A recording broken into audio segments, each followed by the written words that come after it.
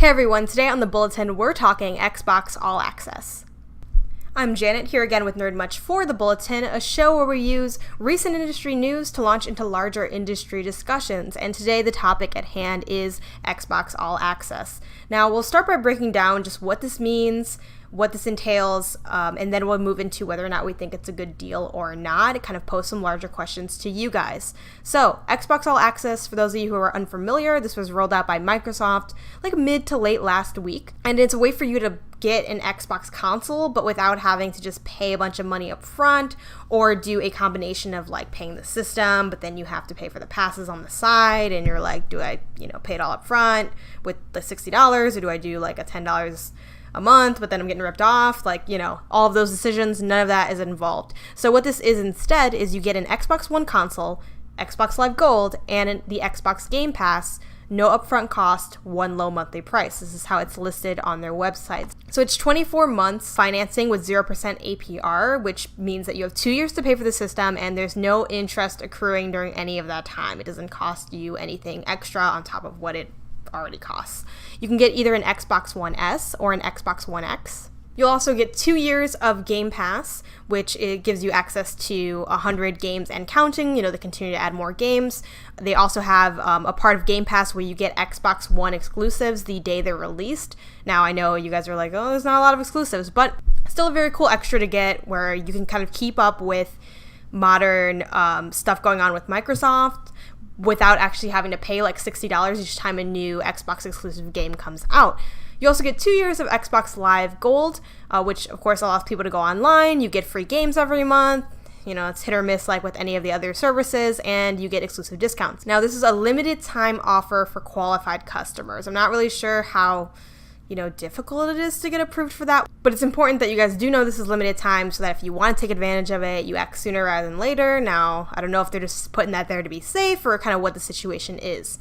So those are all the things you get and kind of how the general breakdown works in terms of interest and the amount of time you have to pay it. And now we'll get into what you're actually paying in the long run. So putting this service aside for a second, 2 years of Game Pass is $120. 2 years of Xbox Live is $120.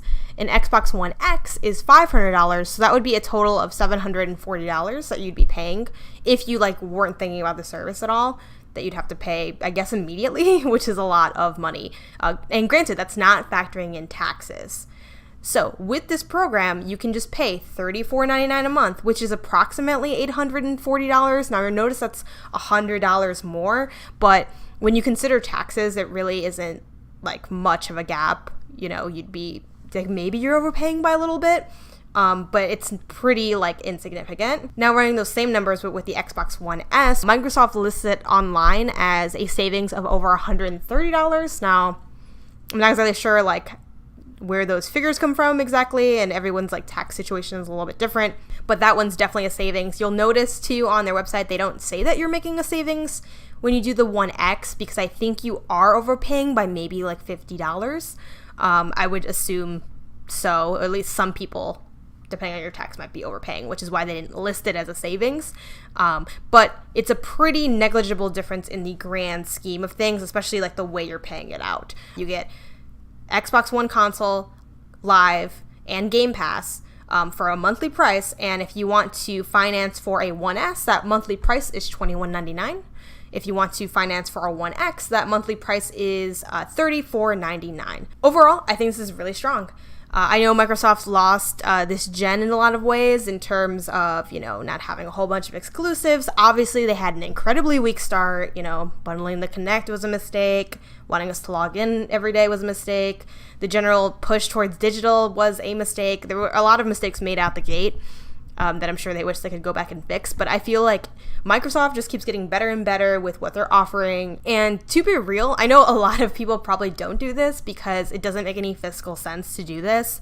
But I know for me, I was paying that $10 a month for Live for a while just because, spending $60 on an online service or even something as cool as Game Pass where you get all these games, it just kind of feels like a bill that you don't necessarily get to enjoy right away. The Game Pass, I think you can enjoy immediately because maybe there's some games on there that for sure you want to play. But for the most part, it's like, oh, I don't want to spend like this money. It feels kind of like something you have to buy instead of something that's cool. So then, you end up putting it off and then just, paying the $10 a month. And if you're paying that, like if you're paying $10 a month for Live and $10 a month for Game Pass, you're already paying $20. For $1.99 more, you can just get a 1S and have that all kind of bundled together as one core bill, which is also nice because, in the era of subscriptions, we all have all these small little bills, and if you're on a budget, sometimes you're like, oh, yeah, this was due today, and I didn't really realize it. So I think that's amazing just to be able to kind of bundle that all together. It's a great deal. It's very like layaway-esque, but you actually get to take the items with you already and have them immediately, which is great because it's not like you're just paying towards it and trying to get it. I also know some people's layaway programs are different where there's like, they do get it immediately, but there's a lot of interest. So either way, the point I'm trying to make is this is like a better version of offerings that stores have provided to try to make things financially accessible, but that ultimately end up ripping you off. But this isn't, a ripoff at all. It actually is equivalent, if not cheaper in the case of the 1S, which is incredible. And just generally, Microsoft is really ushering in this era of subscription gaming, which I have mixed feelings about because you guys know I love physical media, but I think it is really perfect, especially for people that don't really care about physical media. Like a lot of gamers don't really care about that and have already gone all digital or mostly digital. This is especially great for those casual gamers who really only like buy a new console to keep up with like maybe like Madden or FIFA, or maybe they buy Forza every year. Like there's a lot of gamers that really just play a few games a year, and for them to have to drop all that money immediately to like keep up with their favorite franchises must suck. That's a lot to invest for something as small as like 1 to 5 games. So I think this is great, and especially because, a lot of households would be lucky to have one system and all. So I think this, puts Microsoft in a really great position because it's like, okay, maybe you can only have one system. We can do this because the payment is like cheap, it's fairly like low. It also eliminates some of the like confusion / frustration with, okay, I bought this, like, can my kid play online? Can we do this? Wait, they said they want this other thing. Like, it kind of just bundles it all together so that you don't have to worry about anything. 2 years. After 2 years, you'll own it. Obviously, we're kind of more towards the end of, this gen. Like, the end is on the horizon of this generation. So I don't know how long, like, the Xbox One X and One S will be relevant. I'm not really sure how they're moving forward with their next console. We already have the Scarlet rumors, like, will stuff still work on your One X? We don't know what's going to happen with that. I feel like they're really thinking about like the consumer, what they want. We see it in this offering. We see it in the accessibility controller. We see it in the design labs where you can customize your own controllers. Like, they're just all about it. I love what they're doing there right now, and I think it's super, super cool.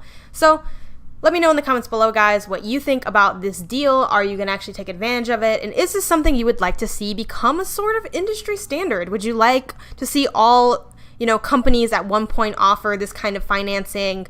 I don't know if they do too regularly, if that would hurt the sales, like day one sales of a console.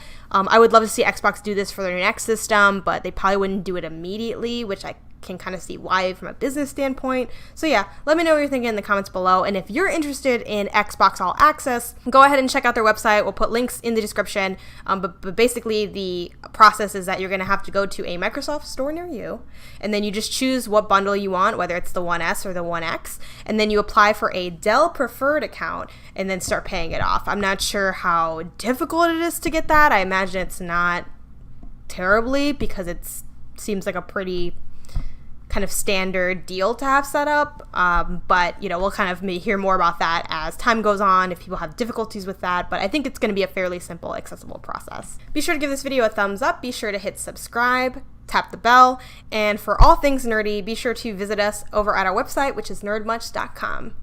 Bye.